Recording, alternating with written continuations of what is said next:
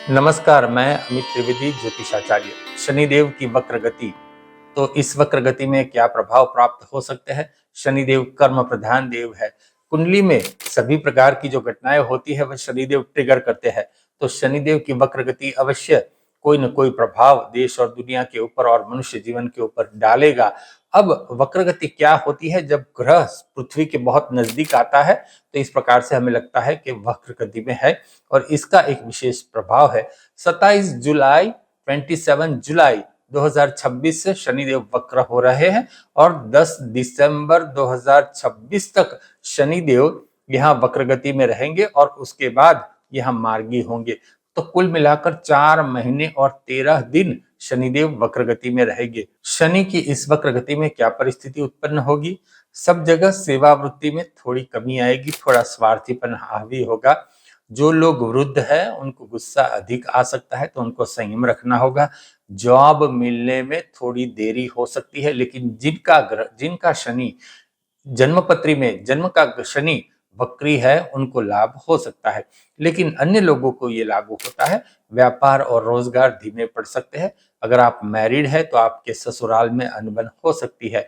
कोई लोन लेनी है तो अधिक मेहनत करनी पड़ेगी। देश की राजनीति करवट लेगी। किसी वृद्ध लोगों को कायदे के शिकंजे में आना पड़ेगा, और वह वृद्ध अगर वो कोई सेलिब्रिटी है तो उनको अधिक सावधान रहना होगा। कुछ जगह पर मंत्रिमंडल में विस्तार भी होगा। कुछ जगह पर राजकीय भूचाल भी देखने को प्राप्त होगा। अलग अलग दलों में, राजकीय दलों में दबंगाई होगी। कुछ दबंग लोग सर उठाएंगे और अपना असंतोष खुल के व्यक्त करेंगे। प्रधानमंत्री नरेंद्र मोदी जी के नए नए निर्णय हमें सुनने को मिलेंगे इस दरमियान। यह निर्णय एग्रीकल्चर यानी कि खेत पैदावारी के अनुसंधान में होगा। घर में कोई रिनोवेशन का कार्य निकाल रहे हो या चल रहा है तो शनिदेव की वक्र गति के अनुसंधान में कोई लेबर प्रॉब्लम हो सकता है, कोई कानूनी अड़चन भी आ सकती है। कुछ जगह पर अनाज और खाद के वितरण के अनुसंधान में समस्या से जूझना पड़ेगा। पेट्रोलियम पैदाश में थोड़ी चिंता बनी रहेगी, और सभी चिंताजनक स्थिति 20 अगस्त के बाद यहाँ बनती हुई दिखाई देती है। 20 अगस्त के बाद परिस्थिति थोड़ी और अपनी चरम सीमा पे पहुंच सकती है। अब हर एक राशि के ऊपर क्या प्रभाव पड़ता है? जिनको साढ़े साथी चल रही है उनके लिए थोड़ी राहत मिलेगी। तो मेष राशि, मीन राशि, ये जो राशि है धन राशि, सिंह राशि, उनको थोड़ी राहत मिलेगी, लेकिन फिर भी सभी राशि के अनुसंधान में थोड़ा संक्षिप्त से आपको बताता हूं। मेष राशि के लिए समय थोड़ा ठीक ठाक रहेगा। व्यापार चलेगा। कोर्ट कचहरी चल रही है तो सावधान रहिए, और आपकी जॉब में आपकी जिम्मेवारी बढ़ेगी। वृषभ राशि, पिता के साथ गहन चर्चा होगी। अलग अलग विषय के ऊपर पिता के साथ थोड़ा विवाद भी होगा।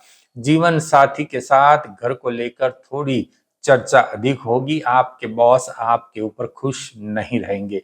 मिथुन राशि, आपका भाग्य करवट ले रहा है। कोई नया मोड़ आपकी प्रतीक्षा कर रहा है। चिंता मत कीजिए, अच्छा ही होगा। कर्क राशि, आप प्रतिपक्ष मतलब आपके अलावा हर कोई, आपका जो सामने वाला पक्ष है वो थोड़ा रुखापन दिखाएगा, लेकिन उसमें आपका फायदा ही हो जाएगा। सिंह राशि, जॉब में प्रॉब्लम चल रही है तो ठीक हो जाएगी। विदेश जाना है तो सरलता होगी।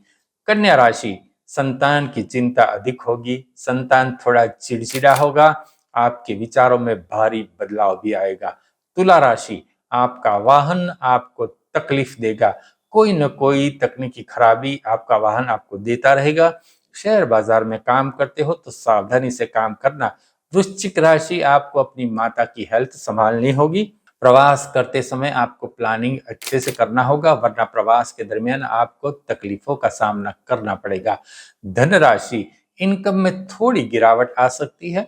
भाषा में आपको सावधानी रखनी होगी। आपकी भाषा से सामने वाले आहत हो सकते हैं, सावधानी रखना। जॉब में कोई ऐसी बात निकल सकती है जिससे विवाद हो सकता है, तो सावधान रहिए। मकर राशि, आप में थोड़ा जिद्दीपना हावी हो जाएगा, तो संयमता से बरतना। कुंभ राशि, परिवार के प्रति आपका ध्यान अधिक केंद्रित होगा। मेरा परिवार कौन क्या कर रहा है, इसके अनुसंधान में आप अधिक जागरूक हो जाएंगे। मीन राशि, यह आपके लिए थोड़ा राहत का समय होगा। हेल्थ और फाइनेंस में थोड़ी तकलीफ अगर ये है तो थोड़ी कम हो जाएगी। तो इस प्रकार से शनि की वक्र गति आपको प्रभाव डाल सकती है। और उपाय क्या करना होगा, आपको किसी लोहे के दिए में दिया जलाकर शनिदेव को अर्पण करना होगा। शनिदेव के मंदिर में जाइए, लोहे का दिया लीजिए और दिया जलाइए सरसों के तेल का। इससे आपको राहत प्राप्त होगी। हो सके तो शनिदेव को अभ्रक भी अर्पण कीजिए, इससे भी आपको लाभ होगा। और एक वेदोक्त मंत्र भी दे रहा हूं, ओम प्राम प्रीम प्रौम सह शनिश्चराय नमः। ये मंत्र मैंने डिस्क्रिप्शन बॉक्स में भी लिखा है। अब सब्सक्राइब अवश्य कर लीजिए, अगर आपने सब्सक्राइब नहीं किया है तो चैनल को सब्सक्राइब कर लीजिए। आपको इसी प्रकार से शास्त्रोक्त माहिती मिलती रहेगी। नमस्कार।